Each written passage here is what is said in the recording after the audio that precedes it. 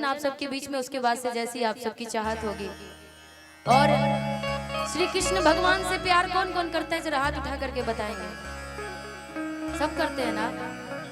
कहते हैं कि इस जीवन में यदि कोई सत्य है तो भगवान का नाम ही सत्य है ना जी। तो जब तक जिंदगी में जीवित हैं प्रभु को आप लोग याद कर लीजिए, नहीं तो जिस दिन प्रभु ने आपको याद किया तो सब कुछ छोड़ छाड़ के आपको जाना पड़ेगा ना जी। इसीलिए एक साधक का बड़ा प्यारा भाव है इंसानों के लिए। साधक कहता है क्या,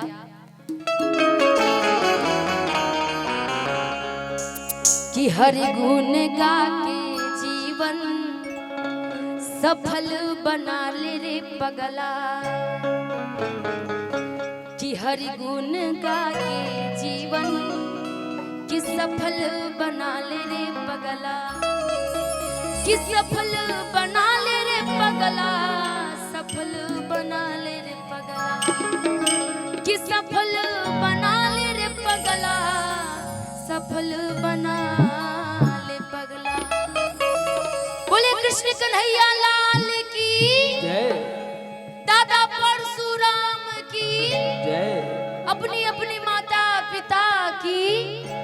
और जिनको बाबा से प्यार होगा थोड़ी सी तालियां बजा लीजिएगा। माताएं बहन आप लोग भी उपस्थित हैं और जीवन को सफल बना लीजिए।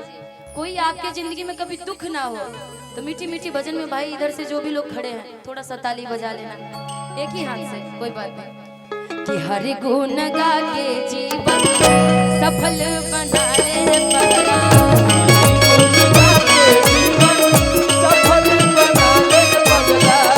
हरि गुण गा के जीवन सफल बना ले पगला, हरि गुण गा के जीवन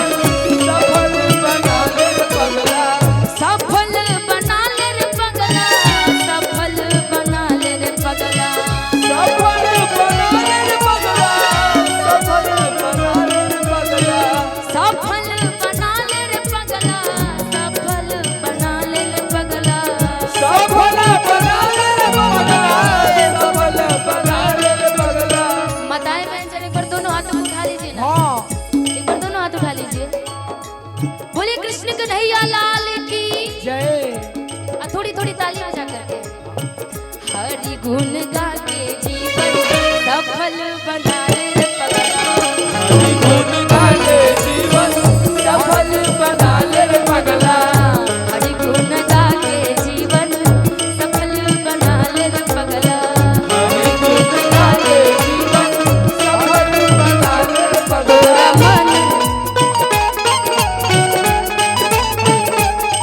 बाबू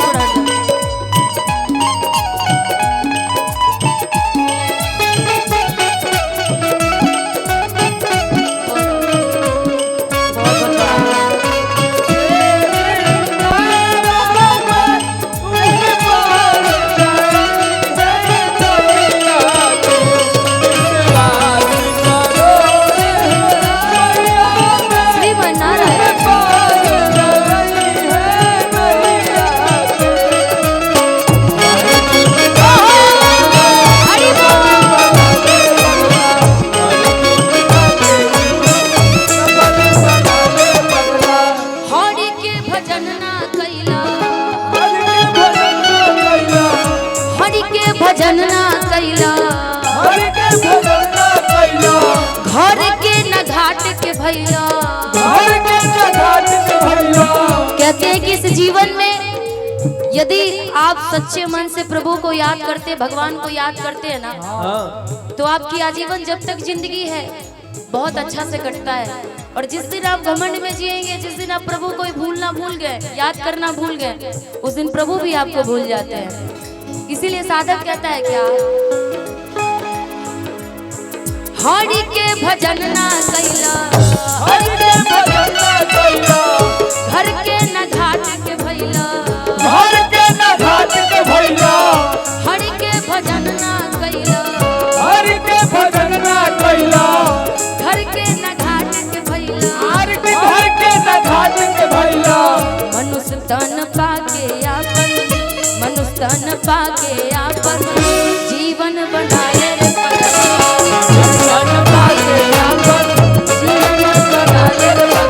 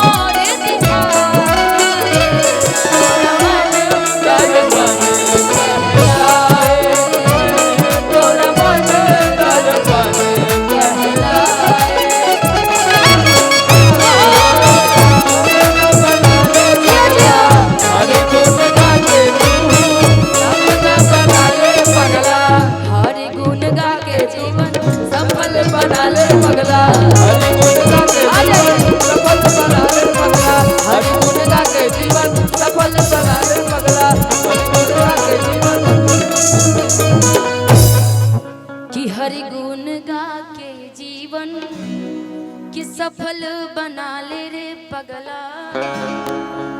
बोलिए शंकर भगवान की जय। बहुत बहुत धन्यवाद। विकास भाई कुछ कहोगे क्या?